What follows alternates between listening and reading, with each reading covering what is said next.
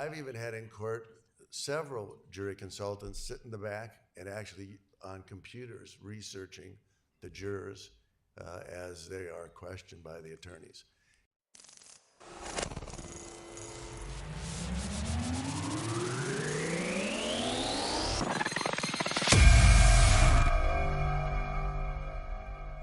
So I will turn it over to Claire and get this podium out of the way. You can do it. Okay.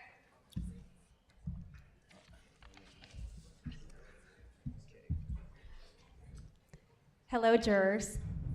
Good morning. All right, I hope you're all really excited because I think voir dire is the most exciting part of trial.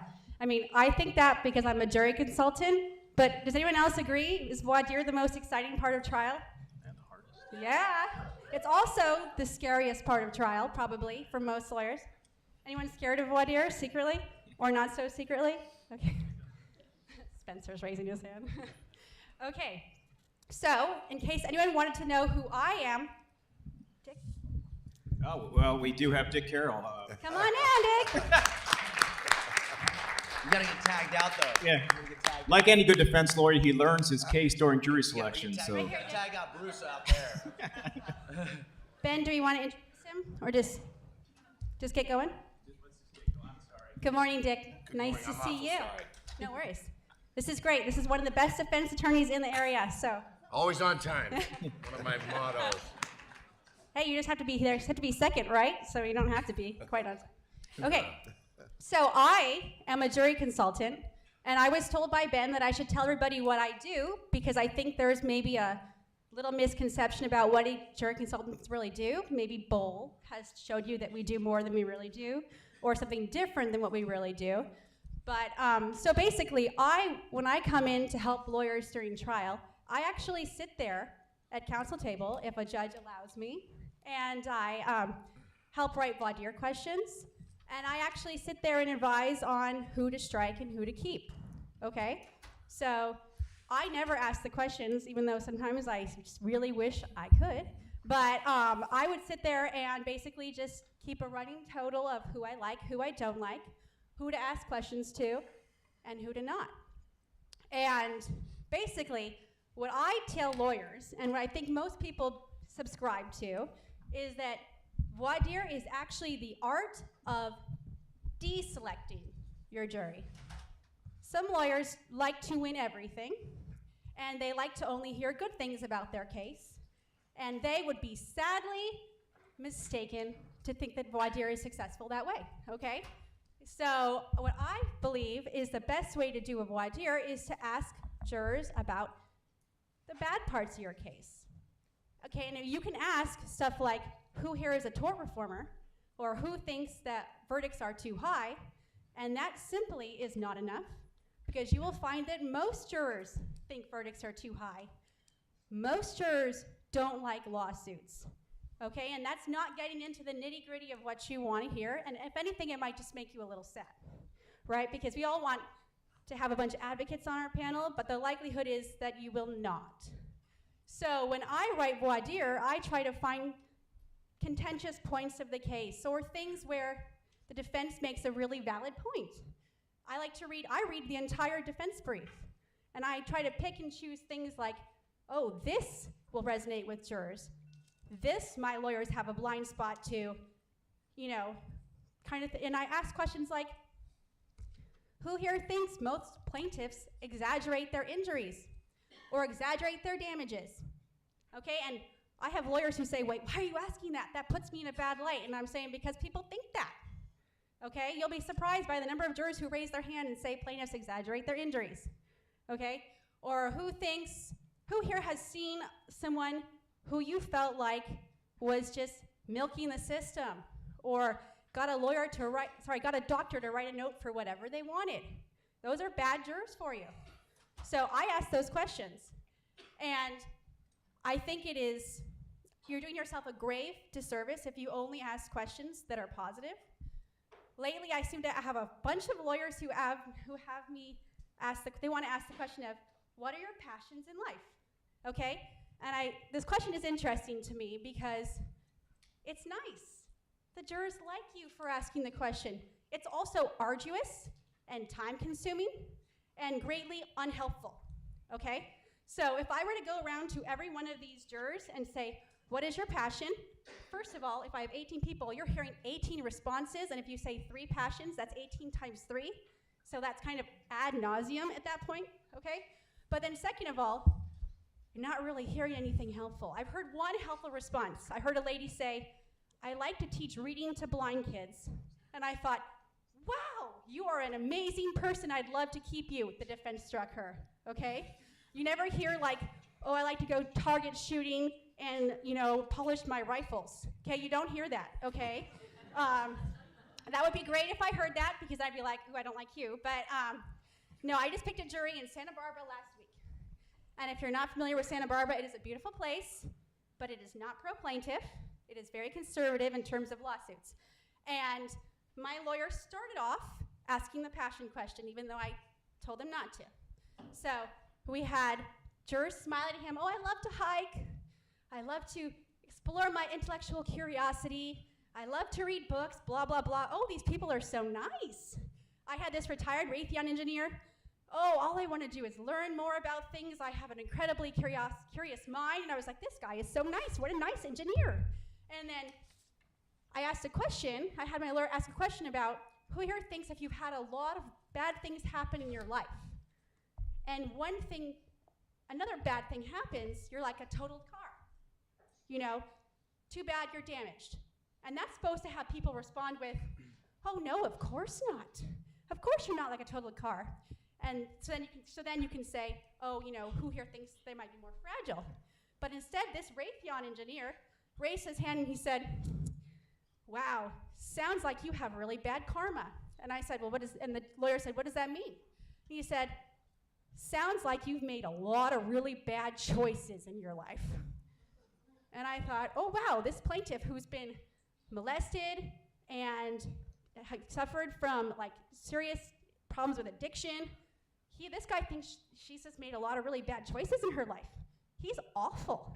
He's an awful juror. And if I had just stuck with, and then I said, well, wait, what about this kind of case where she ran into something in a supermarket and she's injured? And he's like, this is a choice? And he said, sounds like if you're not paying attention once, you're probably not paying attention a lot of times. And I was like, okay, thank you, sir, goodbye. But if I had just stuck with the passion question, I would have had no idea. No idea. And you would be surprised with how bad jurors can be, okay? I had one, and if you don't ask questions of your jurors, if you just let one sit there and you're thinking, he has nothing to say, he's smiling, he's fine, that you're also hurting your side. I had a case, a personal injury case, where the lawyer was doing a pretty good job. We did a mini opening, and he's asking questions, and there was a guy I remember, juror number 1 in the corner, and he was an IT professional, so that was like, ding, ding, ding for me. We need to ask him questions because I don't think he'll like damages, okay? So I said, just ask him about emotional distress damages. And so my lawyer just said, how do you feel about money for pain and suffering? The IT professional looked at him and said, I hate you, I hate your case, okay? And that man had said absolutely nothing the entire voir dire. If we had not asked him something directly, not just a show of hands questions, but juror number 1, what do you think? He could have been on our panel. I hate you and I hate your case, okay? So, and that brings me to my next point, which I think is very helpful for today's exercise. The power of the mini opening, okay? This is fairly revolutionary because in 2018, I believe it became part of California Code of Civil Procedure. So now, if one of the lawyers involved in a case asks for a mini opening, I believe pretty much the judge has to grant it. Is that correct, Bob? Yeah. So a mini opening is a unique opportunity for you to try to show the bad parts of your case. If you have a case that has really bad parts, that you're worried about juries being prejudiced toward it, okay? It's a great way for you to bring it out. I've done them quite a lot in the past few years. I think I even did one with Spencer right there. And I find them to be very helpful if you have stuff like alcohol intoxication, perhaps injury that does not appear on objective scans, like MRIs or x-rays. Those are very helpful because jurors have problems with these things. So if I were a plaintiff doing a mini opening, it's just 2 minutes. I don't go into how much my client is suffering, how every day she can't get out of bed. I don't do that because then you lose your good jurors. Because then your good jurors sit there and say, I'm sorry, I've already decided this case. I'm sympathetic to this woman. I can't be here. And that would be a complete failure of a mini opening. Instead, I harp on they were intoxicated. You know, they ran into the road. You know, or this injury is based all on her subjective descriptions of her pain.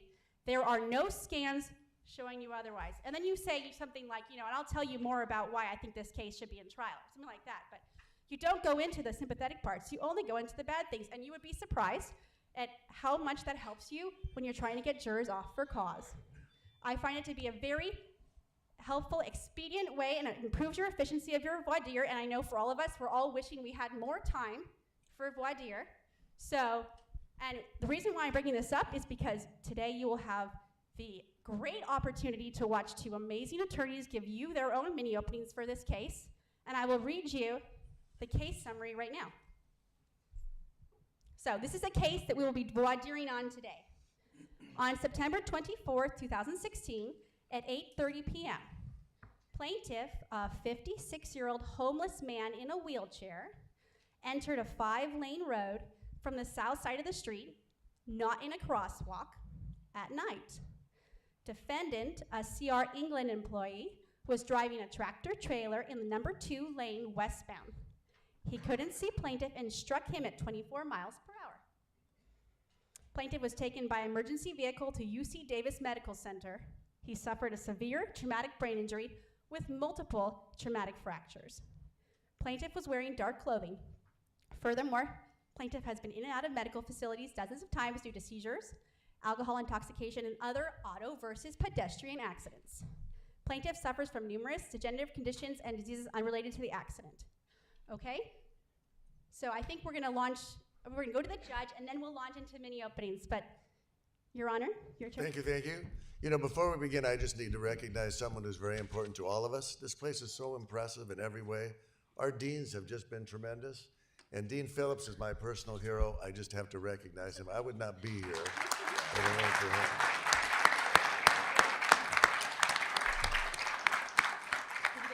So thank you. And our current leadership is just spectacular. Look at this beautiful place, beautiful campus, beautiful law school. Okay, this is fascinating.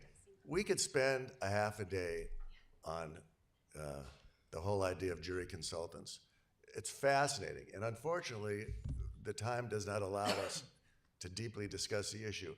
In court, I do allow them to sit at counsel table during jury selection, and I have no problem with that whatsoever.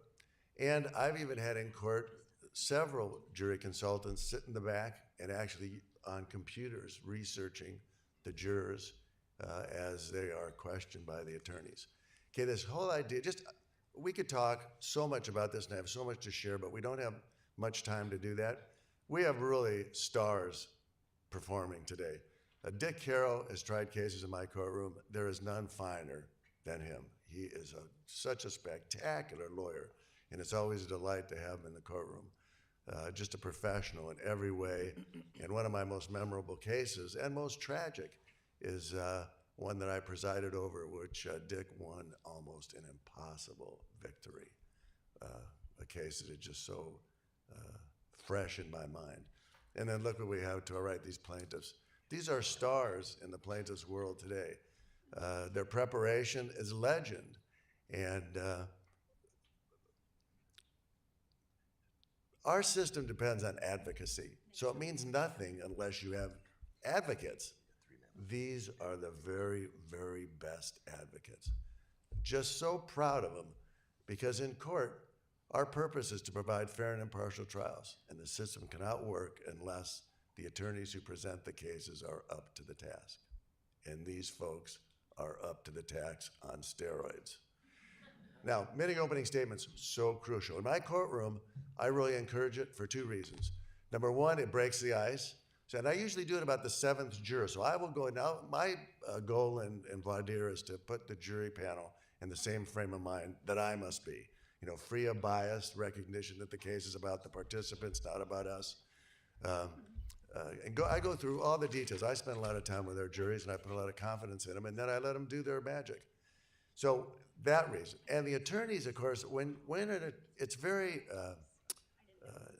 nerve-wracking to be a trial lawyer, but all your nerves settle down as soon as you open your mouth. So they're sitting there listening to me, about ready to go crazy, and then about the seventh, and every judge does it different, about the seventh panel member, I ask them to get up and feel free to turn their backs on me because I want them to talk to everyone, and please to go ahead and address the jury in the mini opening statement. And I encourage it. I really want them to do it. I think it's crucial. Before they do it, however, in the pretrial conference, which is absolutely crucial, we go through number of challenges, method of selection, jury. We go through all the tech motions and limine. We go through all the technical stuff. So everything's been taken care of technically before they actually have the panel come in. I share a jury list, so they get the chronological list, they get the information list. We give all that to the attorneys. So when the attorneys are ready to question the jury, I want them to be totally relaxed, and I want them to focus totally on their case. This is all in the interest of justice. You get a bad trial, it's a failure. Nobody wants a bad trial. So, with regard to these mini opening statements, I allow them, if they want, to use exhibits. So if they both agree to show something, if they want to show a medical picture, if they want to show a diagram, if they want to do those things, I let them do it. They have to agree. The default position is no, of course. But if they want to do it, I allow them to do it. Now, I also discuss with them the depth of their opening statement, because sometimes a plaintiff will get up and give a very neutral statement. Nice to see you. I'm here. I'm representing my client. I'm very proud. Judge has already introduced me. Really nice to be here. Okay, that's the way mini opening statements started a few years ago. Okay, now that what happened though is the plaintiff would do that, and then the defense would get up and they'd start talking about the case and facts. So on occasion, I would have to go back and give the plaintiff another opportunity because the defense brought up facts. So now we just take the bull by the horns. You want to talk about the case? You're both going to talk about the case. And I'm going to let you do it. Guess why? It's your case. So if that's something they want to do, and they're doing it more and more. In all my recent trials, they want to do it. They want to talk a little bit about the facts. In detail, no. Argument, no. Very bland. But it really does serve to let the jury know a little bit about what's going on with the case. I think the point that counsel has brought up, the jury consultant counsel brought up, is so very important. The trouble is this: you have to be on your best game. You have to dress nice, talk nice, have good body language, be articulate, address your audience in an appropriate way. You have to be on your game right now. Right now, you've got to be on your game. So it's really, really helpful. Okay, so someday I'll come back to Pepperdine and maybe talk to trial practice and go over all the details about how important all these things are, and the certificate of compliance, the issues compliance, and all those other things that are so important and so technical. But we have stars here, and I think we need to get on with it. And so I'm going to go ahead and turn it over to them. Let me just mention one other thing before we do that. Okay, jury selection. Everyone, by and large, uses the six-pack method now. So normally, if we were going to pick a jury, we'd have another person here. There are two types of questions. They're general and specific questions. I explain all that to the jury. When we replace on a six-pack method, we thank and excuse one. We bring up number 13. We empty the row. We fill up 13. First questions we ask, after they answer the written questions: did you listen carefully to all the questions that were answered so far by myself and the attorneys? Yes. Would your answers to the general questions, like can you be fair? Will you give both sides a fair opportunity to present their evidence and not prejudge the case? Did you listen to the general questions? Yes, I did, Judge. Do you need to elaborate on any specific questions? Remember, general are the general. Specific are, for example, in this case, I asked you previously about if you or anyone in your family had a disability or ever used a wheelchair. Okay, that would be a specific. So I'd say, with regard to the specific questions, do you have anything to elaborate? Yes, my brother was in a wheelchair for 6 months after a back surgery. All right, so that would be specific, general. Okay, I've said enough. I have so much more to share. I just don't have time to do it. So I will turn it back over to counsel. Counsel, you may address the panel. Thank you, Your Honor. And as you know, my name is Bob Simon. We introduced before. I'm trying this case with Tom Fair. And we have the corporate defense trucking lawyer over here. And we're trying this case because we have a stark disagreement on responsibility and how to value somebody's injuries and these things. But I want to ask you, we need brutal honesty here, and I need to know how you feel about certain things to get a fair jury for my client and also for the trucking lawyer, corporate lawyer over here, his case too. So I need to you're going to hear some things from this lawyer and his experts and his witnesses, and there'll be a lot of witnesses, and you'll hear some other things, but I need to know how you feel about certain issues in this case to see if we can get a fair trial, okay? So I have a list here of the points that this gentleman wants to make. So you heard my client, he's wearing dark clothes and a dark wheelchair, and it's dark outside, and he's crossing outside a crosswalk. He's a homeless man. He's been in prior accidents where he's been hit by cars. He was in a wheelchair because he was hit by a car and broke his hip before this. They may say that he might be suicidal. I need to know how you feel about that. And also, they'll take a position, and you might hear that he was going to die within 2 to 4 years without getting hit by this truck at 25 miles an hour. And I need to know how you feel about those positions. Thank you, ladies and gentlemen.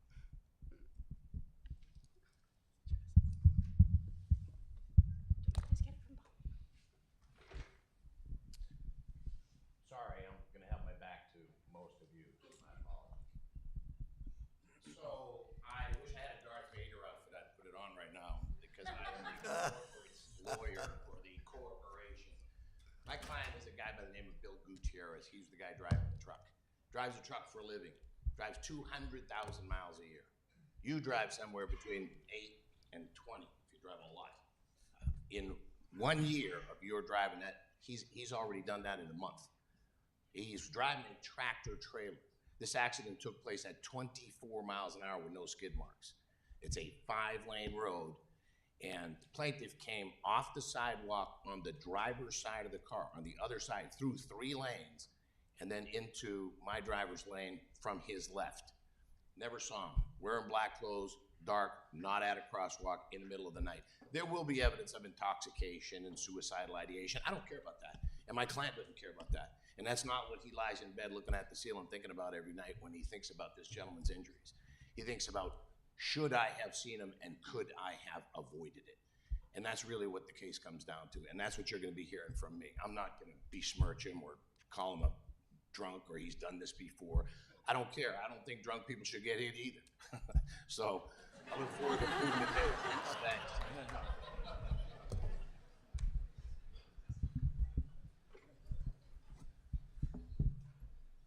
Counsel, you may deliver your mini opening statement to this fine panel. Well, thank you, Your Honor. I appreciate it.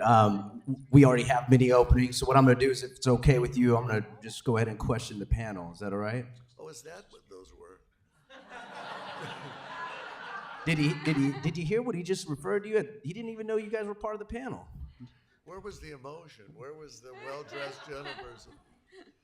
Is it all right if I proceed, Your Honor? You may proceed. You may question this panel. So wow, you all just heard statement of the case from both these gentlemen, and as you heard, my name is Tom Fair. I also represent Kenny in this case, and Kenny was homeless when this happened.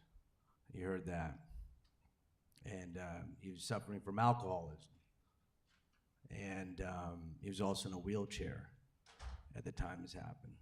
He was in the wheelchair because it's happened to him before. And we're asking for a lot of money for him. 56-year-old man. $100 million. It's a lot of money. And I guess, as His Honor said just a moment ago, he said, you know, we're looking for folks that can be fair. And I take it, do each and every one of you think that you're fair? Shake, you know. My last name's Fair. Sometimes I don't know, though, if I can be. You know? There are things that I love that are close to me. I mean, I got my dog, I got cufflinks. My wife got this for me for Christmas, and my dog's on it. I love him. He's our baby right now. And if you put that dog, my dog Buddy, next to any dog, no matter what, my Your dog Honor, wins. Can I just object that we're wandering a little far into the biography of Mr. Fair. Sustained. He didn't tell you his middle name is Un.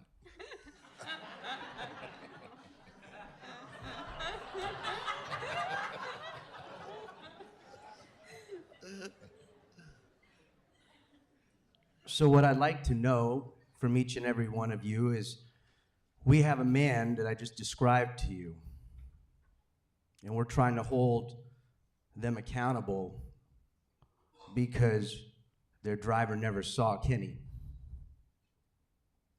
How do you feel about us bringing a lawsuit asking for money damages for a man like Kenny? How do you feel about that, ma'am? You think that's fair?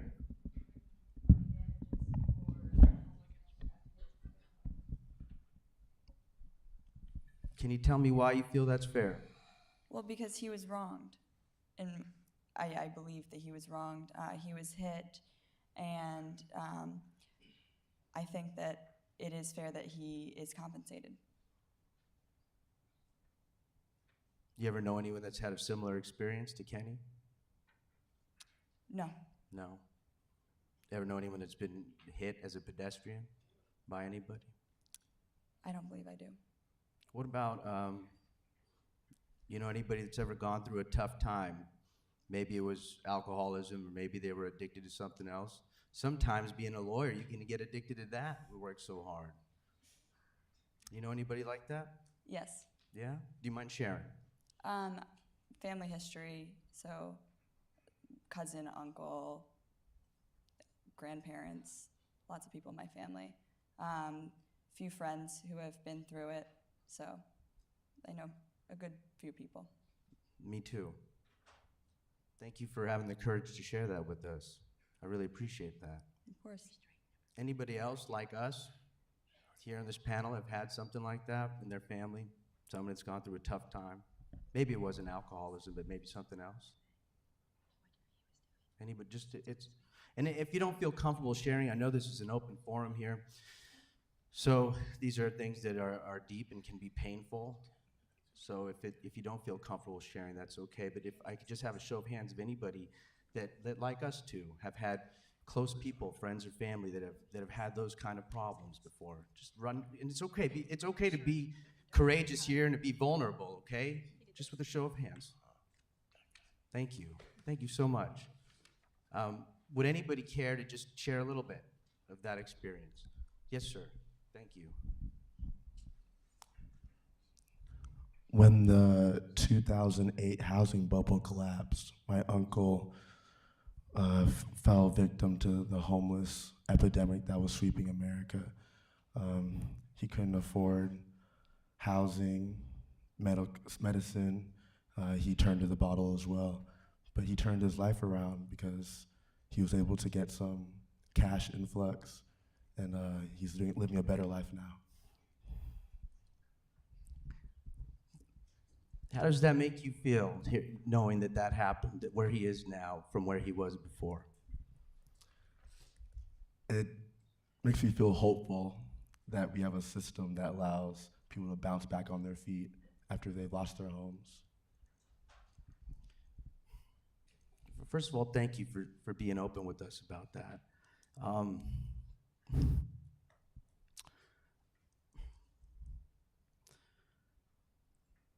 How would you feel if someone took, this was your uncle, right? Yes, sir. How would you feel if someone took his opportunity away to have redemption? Well, I don't know how I would feel, but I would definitely want to know why. But I suppose, what if someone cut his life short when he was going through that tough time, and he never had an opportunity to fight back, to bounce back, to pull his life back together? How would you feel about that? Probably not too good. Not too good. Maybe let me ask a different question. Is there value in a human being's ability to redeem themselves? Absolutely.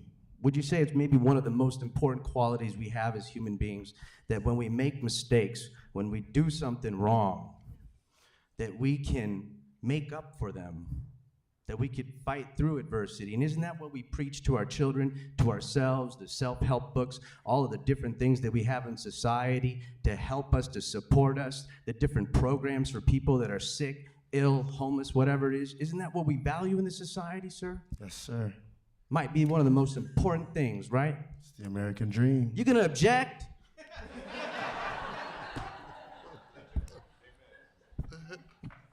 Come on now.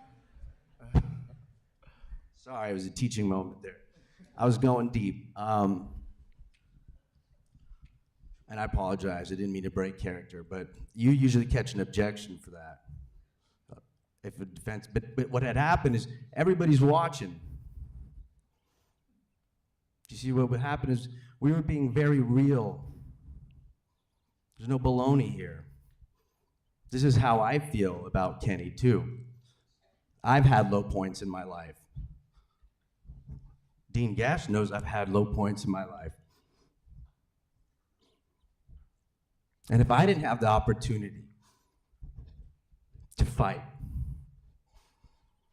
to be a better human being, to be the lawyer I am today, if I was judged 7 years ago or 8 years ago, you may not have looked at me the way that you look at me today. And I'm so lucky I had the opportunity to fight. Has anybody else had an experience like that? Where you've been down? Yes, sir. I see a couple hands, and I'll get to you. Can we start with you? Yes, prior to my attendance at law school and growing up, I was a high school dropout living in a tent for a portion of my life. I know about being down and out. When you were in that position, how did you feel? You know, I mean, what was going through your mind when everything was tough like that? Wasn't easy. Wasn't easy. And then how long ago was that? 10 years. 10 years. How you doing now? Fantastic. That's good to hear. Thank you. Thank you for sharing that. Sir, I saw your hand over there. Well, not quite to that extent, but That's okay. No one's judging here. You know, so it's all right. I struggled initially with college and ended up dropping out of the school that I went to. Came home and didn't really have much motivation. Struggled to work. Struggled to go to school. Spent a couple of years of my life trying to kind of pick up the pieces and figure out what in the world I was going to do. Turned to alcohol quite a bit. Struggled with that. Then kind of found a new direction, new motivation. Got myself through school, paid my own way, worked my way through, and found my way into law school.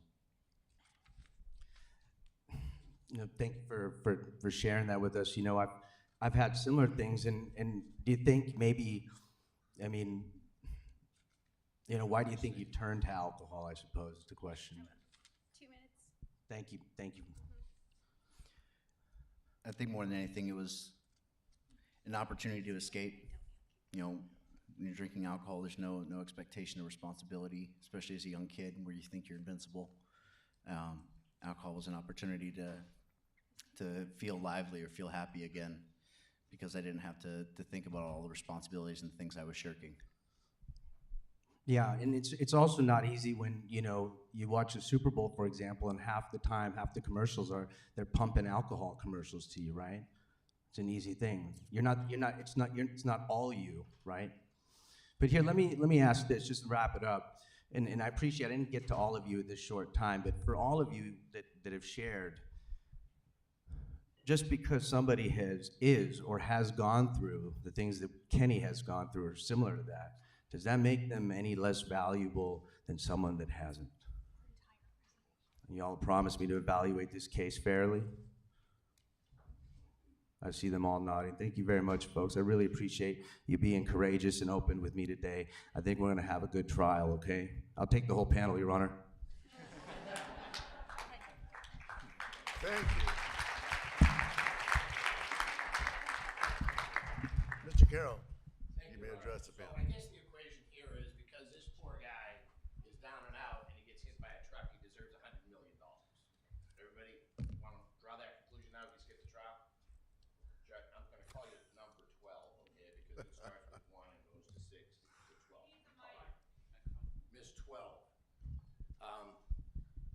it seemed to me when I listened to your responses that you thought, hey, well, yeah, this guy deserves money, this poor guy. I mean, he was crossing the street, he got hit by a truck. Have you ever been falsely accused of anything? I don't think so. Do you think that every time somebody gets hurt, a homeless, poor Kenny, that means it's somebody's fault? It has to be somebody's fault. Somebody's going to pay an unbelievable amount of money for that, right? Not necessarily, no. I guess what I'm kind of inquiring into, number 6, I'm going to pick on you for a second here, is this concept that I'm not getting a fair trial. It's because we feel so sorry for. All I heard during that jury selection was what a poor guy this guy is. I'm not here to argue about that. Not what the case is about as far as I'm concerned. Joe Gutierrez is a professional truck driver. He's driving his truck at 24 miles an hour in the pitch dark. He's not speeding. He does this every day and every night, works for a living, and takes that money home to his kids. Everybody okay with giving him a fair shake here? Listening to what happened, why it happened, how quickly it happened. No skid marks. Everybody okay with that? Is there any reason why, and I go second here. Any of you from a big family? Got a bunch of kids in a family? When you guys were growing up, you had a brother or sister run into your parents and tell them what a rotten SOB you were for doing something, hitting them with something, or before justice started getting doled out in your household, you want to tell your side of the story. Hey, that's not what happened. She actually threw some scissors at me, or whatever. I want you to think whether or not you can listen to the evidence in this case, hear what the people say from the witness stand, look at the pieces of paper, look at the police report, look at the diagrams of the scene, and listen to what my client has to say before you start making your mind up. Can everybody do that? Am I asking you anything unfair or un-American or any of that type of stuff? Mr. Fair stood up here and said, everybody think that, poor guys deserve a break in the world. When you're down and out, you deserve a break. Okay, great, that's fine. I'm not here to argue about drunkenness or suicide. I'm not here to argue about anything. Everybody okay with just looking at the facts and using your common sense to get to the bottom of what happened here? Middle of the street, pitch dark. Probably not a good idea to cross the street. Would you agree, Mrs. 12? Yeah, I guess it depends on the circumstances. Well, you really have to get to the other side. So I think I'll try to beat this tractor trailer, those kind of circumstances. Pitch dark, not a crosswalk. There's going to be some levity. We're going to laugh a couple of times in here, and I'm not trying to make it light, okay? I get it. This gentleman's been hurt and hurt bad. You get hit by a truck at 24 miles an hour, and you don't come out of that without a change. I get that part. But what I'm kind of worried about is that sympathy is going to take over. I feel sorry for this poor guy and give $100 million. I almost collapsed when I heard that number. But I had a nightmare last night, and the nightmare was this. My wife said, what's the matter? In a cold sweat. It's 3 o'clock in the morning. I said, you're not going to believe this. I just had a dream that I was trying to pick a jury from 12 millennials. I go, holy shit. But I'm back. It's a little late, but I am here. So the bottom line, and I kind of need a commitment from you that you can be fair. You can listen to the evidence in this case under these circumstances. I'm not going to try to be your friend. We've got strict instructions from the judge. I can't say hi to you in the hallway or talk about the Rams' chances of winning the Super Bowl or anything. I'm not even going to hold the door for you. If I see you, I'm going to look the other way. And I told my client to do the same thing. This guy's been driving trucks for 24 years. All he wants is a fair shake. Can you give it to him, number 2? Did you figure out you were 2 when I did the counting thing? Okay. You can give him a fair shake, listen to what he has to say that night, what took place. 3? You okay with that concept? 4? All right, I get it. Everybody was down and out at some point in life. I'm not here because it's not relevant to this case to tell you my client's entire story. You're going to hear all about Kenny, and they love to call him by his first name and personalize him and call me the robot on the other side that represents some company. Really, all I care about is what you think about Mr. Gutierrez and did he do the right thing on that night at that time. Everybody's okay with that concept, right? The sympathy factor. If you are a red-blooded American, you are going to feel sorry for this person. You're gonna feel sorry for this guy. He's a nice guy. He's got problems, I get it. But when you relive the events of the case in your mind, can you listen to the evidence and use your common sense of what most likely happened before you start doling out fault or think somehow this is somebody's fault and because it's a big company, they should pay money? You okay with that concept, Mr. 11? I represent a corporation, but really I represent a man. And I'm wondering, he mentioned the Super Bowl. Everybody watch sports at some point or another? When you turn the TV on and you know nothing about the two teams, you know nothing about them, who do you root for? The underdog, right? Don't you always root for the underdog? The guy losing. You just want him to come back. You want to see a good game. You kind of root for the underdog. And I'm not that. I represent a company, and he's going to say it 400 times. You're going to get nauseous. You're going to hear so many corporate lawyer references over the course of this case. Can you be fair? That's the whole ball of wax here. That's all we're talking about, is a level playing field to make sure that before we start, you haven't already kind of made up your mind. It's not a popularity contest. It's not about whether you like me or like them or like Kenny. It's a question of what happened in September and whose fault, if anybody's fault. Can you believe, Ms. 12, that you can have an accident, you can have an injury, and have it be nobody's fault? Yeah. Can you be fair as we start off here, or have you already kind of moved your dial slightly in one direction versus the other? Is everybody here on the 50-yard line? Is this a level playing field for both sides? Can you all promise, Ms. 5, to give my client a fair shake and listen to all the evidence in this case? 2 minutes. Can you set sympathy aside, it's hard to do, and make your decision about what happened on the facts, objectively, using your brain, your common sense, and your experience? Can you do that? You know, everybody has had their experience. It's kind of what makes the civil system work. It's you bring in your own personal experiences into this courtroom, and you listen to the evidence, and everybody has different experiences and hears things slightly different ways. And all I'm asking, and I think that's why the collective wisdom of a jury works, is because you get to talk about it, you get to hear about it, you get to compare your notes and your reactions to what you heard in this case, and come up with a joint decision and participate in that process. Is everybody looking forward to that? Is there anybody here who thinks, oh, I'd really rather not be here? I mean, I'm sure when you got your little notice for the jury service in the mail, that probably wasn't the most pleasant of moments, but we're gonna spend a couple of weeks, and it's our jobs to put before you every single fact you need to get to the bottom of this case. And all we're asking is that you sit here and listen to it. Make a fair decision. Are we okay with all of you? Very well then. I reserve for cause, Your Honor. Thank you. Thank you. Ladies and gentlemen, I'm not here to make jokes or these types of things. I have one goal, and it's just to find out if you're a good juror for this case for both sides. And I'm actually going to start with the hot mic over there, juror number 6. You know, we heard some stuff, and if there's no evidence in this trial that my client was intoxicated at the time of this crash, but you hear, you know, he's an alcoholic, he's in and out of the emergency room for very high levels of intoxication, I need to know in your heart of hearts, are you already thinking, well, he was probably drunk that day? I want to know how you feel about that. I wouldn't necessarily assume that he was drunk that day, but if he's been to the hospital multiple times, it's something that's in the back of my mind. All right, so, you know, not hearing any evidence right now, are you already kind of thinking, you know, he's an alcoholic and it might have played a role in this case? Already thinking that, even though there's no evidence, and I just need to know how you feel about it.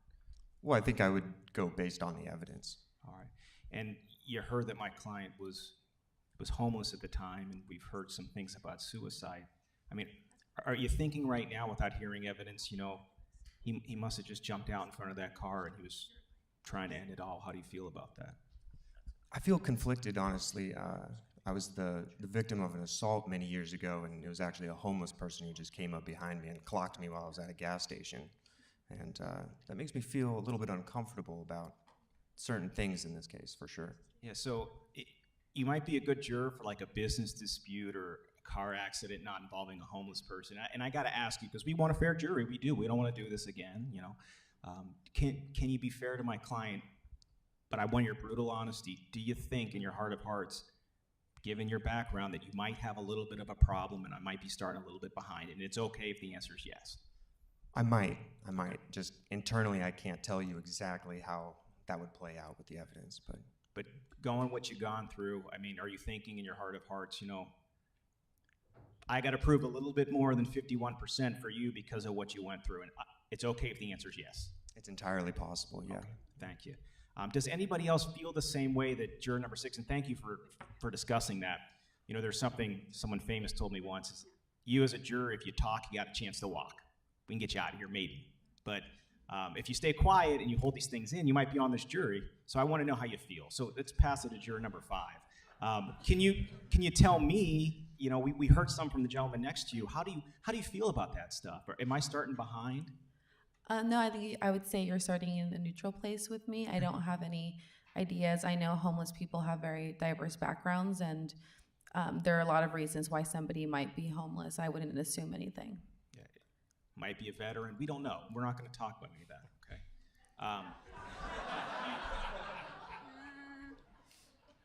So Mr. Fair brought up that we're going to ask you to compensate this man for $100 million. And that's a lot of money.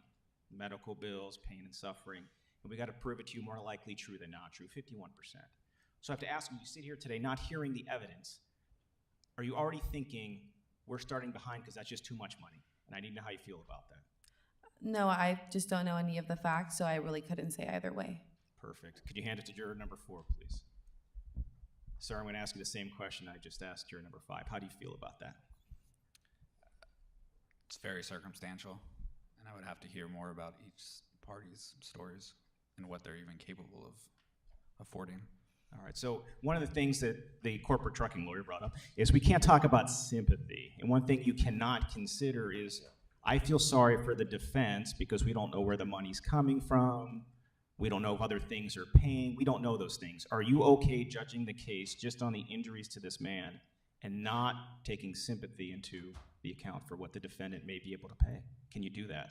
Absolutely. All right. Does anybody have a problem if they have a family business or they have a trucker in there? Anybody have any? My dad was a trucker for 35 years. Anybody have any trucking people? Sure. And juror number 2. Tell me your experience with trucking. Well, a lot of my cousins have trucking companies. So knowing that, and we have a truck driver here, do you know certain extra rules that truck drivers have to follow when they're out there on the road? Yeah, there's a certain amount of hours they're allowed to drive in a day, and they're supposed to take a certain amount of breaks so that they're not driving it if they're tired or exhausted. And if there's evidence in this trial that the truck driver, he followed a lot of rules, are you going to be like, you know what, I have a family of truck drivers, they're doing the best you can? Are you already siding with the truck drivers given what your family's done? And it's okay, whatever your answer. I might be slightly biased towards the trucking company. All right, and it's okay if this is true, but are you already thinking, you know, have you heard stories from your family about the crazy motorists out there pulling in front of them, hitting the brakes, that kind of stuff, and all this, when they're getting blamed for stuff? I mean, there are circumstances where people try to force an accident. Mm-hmm. So, you know, I just need to know, as you sit here right now, hearing these facts about generally what we know, are you already slightly leaning for the trucking company? And it's okay if the answer is yes. I might be 51% to them, but I need to hear the facts of what happened. If the trucker didn't log his hours and he was trying to work longer and he was exhausted, I mean, I don't know. All right. Do you agree conceptually that truck drivers should have a higher standard than regular drivers out on the road? Yes. All right. And I want to hear from juror number 11 very quickly. Now, sir, I heard you shaking your head with some of the truck answers, right? And I want to know, what were your feelings when you were hearing me ask juror number 2 some questions? Just that they are held to a higher standard because they are on the road longer. And then I do have a really close friend who he does truck driving for a living, and he tells me a lot of stories of what goes on. And as you sit here right now, are you already kind of siding with the trucking company, knowing what you know with your friend and the stories that you hear? No, not at all. In fact, me and my friend, we actually are part of the homeless ministry at our church, and so we know a lot of homeless, and some of them are in fact handicapped. Will you step to that juror? I'll step to that, Okay, yeah. cool. Perfect. So hand it to juror number 10 here. So we've talked a little about stuff right now, and we haven't heard a lot from you. So I just need to know, is there anything you want to tell me that's saying, hey, I might not be a good juror for you, or I might be good? Just tell me what you're thinking right now. Yeah, thank you. My mom is an executive at a company that manufactures trucks, but I don't know any truck drivers. So from that standpoint, I don't know any homeless people. I have been very fortunate for most of my life, so I haven't really been very down and out. To be honest, I feel very impartial to everything. Well, let me going ask you on. this. Can you... Are you comfortable if this jury, you guys sit together and you're like, you know what, this man deserves to be compensated $100 million. If you come to that decision, are you going to think, after everybody deliberates, that's just too much money for a homeless alcoholic man, and we don't know what he's going to do with it? I have no idea if that's a reasonable amount of money. It sounds like a lot, but I feel like y'all could make a case. All right, hand it to juror number 9. So if I ask you for 50 later, will you give me 50? So I have to ask you, same question. Are you already thinking that I feel uncomfortable giving that kind of money for what we know about Kenny Lewis right now? Not because of him, but the number did kind of seem a lot when I first heard it. All right. Do you think that there should be a limit on how much somebody's able to be compensated for when they have injuries? Not a hard limit, but 100 million just seemed like first time hearing it, it seemed like a lot. Yeah. You know, without hearing anything at the case, is there a number in your mind where you're like, you know what, I can never give above that? And it could be $1 million, could be $5, don't know. Just for pain and suffering, not medical bills, just for somebody's like emotional distress. Is there a limit? Not a hard limit, but 100 just shocked me. So maybe like even half of that I think would have been easier to swallow. All right. 2 minutes. So it worked, by the way. All right. Is there anything else that you heard as we discussed with the rest of these jurors that causes you any pause for concern and makes you think you might be better for a different case? You can go back to the jury room and they say, you know what, we'll send you somewhere else. Okay.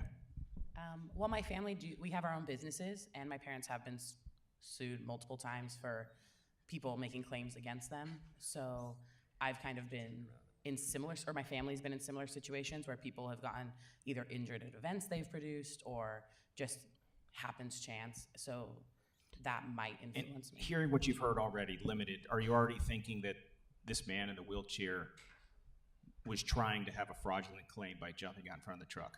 I don't care what your answer is. No. Maybe. All right. So it's okay because that's your background. We all have different backgrounds. So as you sit, you agree you're probably not a good juror for me? Yes. Would you agree that if you were my client and you were the person I was asking questions of, you say, we don't want that person? I would pass on me for sure. Thank you. Class member who's not heard from you, we have very limited time. I got 1 more minute. Can you tell me anything about you that might be like, you know what, we don't want you on the jury? Not about myself. Maybe the $100 million number, like her, it kind of threw me off, but I'd have to see more about the facts to see if that's warranted here.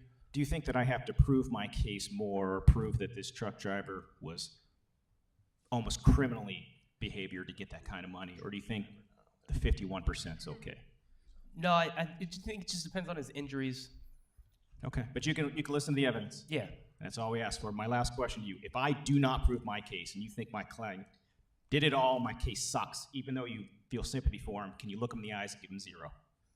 Yeah. Can everybody make that commitment that if they don't like my case and I didn't prove it, that they'll give me 0? Can everybody promise me that? Thank you. No further questions, Your Honor. Thank you. Oh, and I do have for a cause, but as we know, the evidence goes that it starts with the defense. But in a real jury selection, Dick would then go up and probably rehab a couple of jurors. You know, can you follow the law? You know, can you view the evidence? And then probably a couple of them would say yes. So I have to say, I've watched a lot of jury selections, and if the defense attorney is as likable as Dick is, the plaintiffs are nervous, very, very nervous. And laughing during voir dire is his ultimate goal, right? Because then they're not sympathetic anymore. They're not feeling, Tom got them feeling sad. Dick got them laughing, right? So that's dangerous from a plaintiff attorney's point of view. However, from my perspective, I would have asked, I know this is very limited time, I would have asked more. Like, for example, with this young lady right here, I would have said, has anyone here seen a company get unfairly sued? She would have raised her hand and cited her family members right away. Has anyone here been unfairly blamed in a car accident? Those people are usually bad for plaintiffs who've been hit. I would have also asked, does anyone here think that if you're walking across the street and you're not in a crosswalk, that you're 100% responsible for what's happened to you? This is not your standard working class, run-of-the-mill jury. People say that all the time. And by the way, Dick, to you, you said you hate millennials. Okay, I often work on the plaintiffs. I did not say that. Okay, because I was going to say, I often work on the plaintiff side. I don't like millennials either. I don't think anyone truly is comfortable with them. But I think I technically am still a millennial, so you're allowed to talk about what you are, right? Okay, so but my rule of thumb usually is if I have a millennial I don't like, I wait and let the defense strike them first, because they almost always do, okay? So, but no, I just had a millennial yesterday in a focus group in a CRPS case say, adapt. Get over it and adapt, okay? a dude, adapt or die is what he told the jury, okay? So he wanted to give $10 in an admitted liability life care plan, okay? Admitted liability, $10 to this lady who would never be able to work again, okay? So there are some millennials who are very, very, very bad plaintiff jurors. But I'll let you strike him. You can strike him, that's fine. I'll take it, because, he had a hood on. Maybe you'd think he was anti-corporation, maybe. But he's, I think, anti-everything, right? Yeah, okay. But usually if they're anti-everything, they're not sympathetic to your case, right? True. So I think I would have asked, I think that Tom did a great, great, great job of being likable, but I felt like I need to hear more about what people don't like. So I would have asked, and this is a very limited voir dire, but just for the teaching moment, I would have had to ask more negative questions. For example, juror number four raised his eyebrows and kind of shook his head during the mini opening at $100 million. So I would have wanted to know more about how he felt about that. Just that kind of thing. But that's limited time. So I just wanted to see, do you have anything else you guys want to say? Bob, Tom, Judge? I do. Okay, so real quick, because we just have a few minutes. Okay, so most people in an audience, when they see this type of talent exhibited, they ask, how can I do it? What do I have to do to look like these three gentlemen? And that really is why you're here. So let me just suggest a couple of ways. Okay, first, you really have to know your case. You have to do your homework, and you have to pick your strongest points and press your strongest points. What you want to develop is a level of confidence, and confidence starts with knowing what you're doing. And that means you have to have a total command of the case. So when you sign someone up, you pull out the jury instructions, you order investigation, you do what you need with regard to a consultant, you spend the money, you hire good experts. And so you know your case.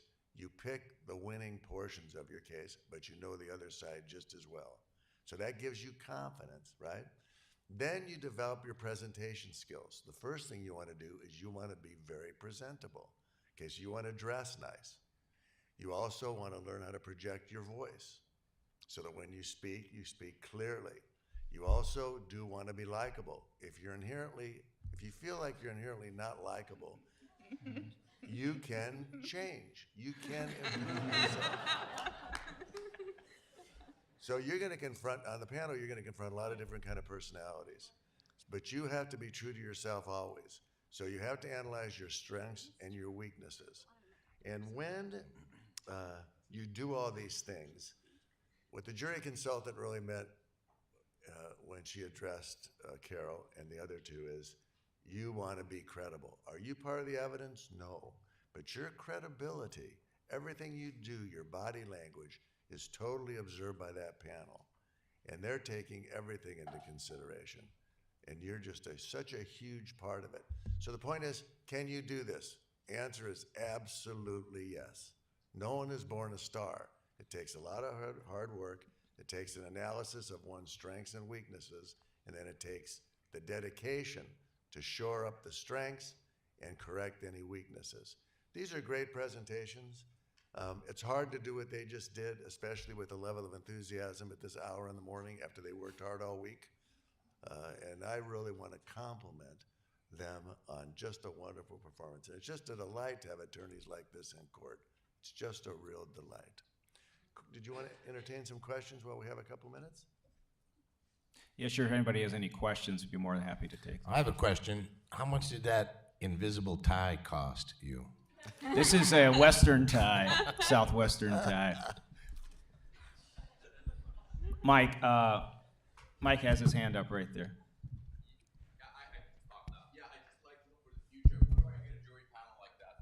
But on a serious note, is that judge, would that be enough to get somebody off if they said, I'm not sure, I don't know if I could be fair, they're wishy-washy on that. Would that suffice, or how much more do you need to push it to get them for cause? Well, they had very little time to address it, but they'd probe because the big battle always was what's more important, opening statement or jury selection? And now it's mini opening statement, and of course, jury selection. Jury selection is really at the heart, and the theories are so different. Like one theory is you got to get that right juror. You just got to get one lead juror, and so everybody focuses on a lead juror, and the rest will follow. And others feel totally different, that they really have to have a fair shot by getting a jury panel that's informed fairly. In other words, the jury knows what they're into. No surprises. You put the cards on the table, you get their commitment, and you hold them to their commitment. When I see, you can't ask them to promise anything. I mean commitment through examination, both by the judge's participation and with adequate adversarial skills. So it's that total vetting of the jury. Okay, timed juries. Okay, I let the attorneys try their case. Some like timed juries. So you have to be mindful. You have to go with the flow. If you're going to get a timed jury, you have to be real careful with the time that you allot and be careful with regard to your questions. But you have to also speak to the point. That's why I say you have to know your case. You have to know what's important. It really starts there. That level of confidence can only be exhibited if you really know what your case is. And Your Honor, if I made a cause challenge for juror number 6 and juror number 9, how would you rule? You know, there would have to be more, but it's not. Once in a while, I will do this. We do our cause challenges on the side. And if there's any doubt or if there is some confusion, I will let them ask some additional questions. And I also may ask an additional question. So in my courtroom, we do a lot of different things. Like I allow jury questions. Okay, we do 3 days a week. The reason we do 3 days a week is because everyone's just about brain dead after the 3rd day. It is true, it's exhausting. The jury's exhausted, the attorneys are exhausted. Also, it has a true effect upon the jury pool. If you have 5 days trial, 4 days trial, you're gonna get a jury pool that is really not a total mix. And we have tremendous diversity in our juries, even in Orange County. Judge, 2 quick questions. These were abbreviated mini opening statements. Generally, how long do you like to see them? Number 1. Number 2, as a criminal practitioner, I've never seen a mini opening in a criminal case. Have you seen that? Yeah, nor will Is that common? You're not going to see jury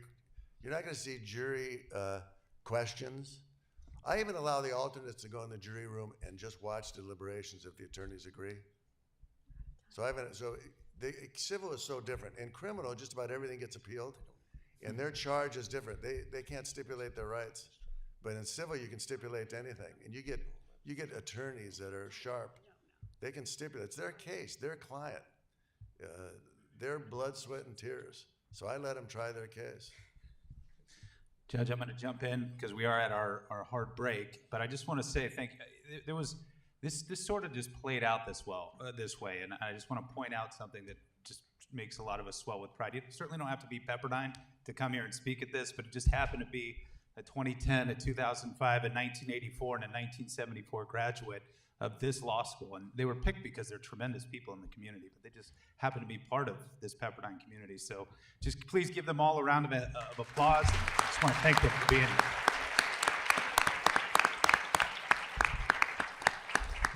Before we go on break, just a point of clarification for millennials. Darth Vader was this guy in a movie in 1977. We actually would call him Thanos nowadays. Anyways, we will see you in 10 minutes. Thank you again.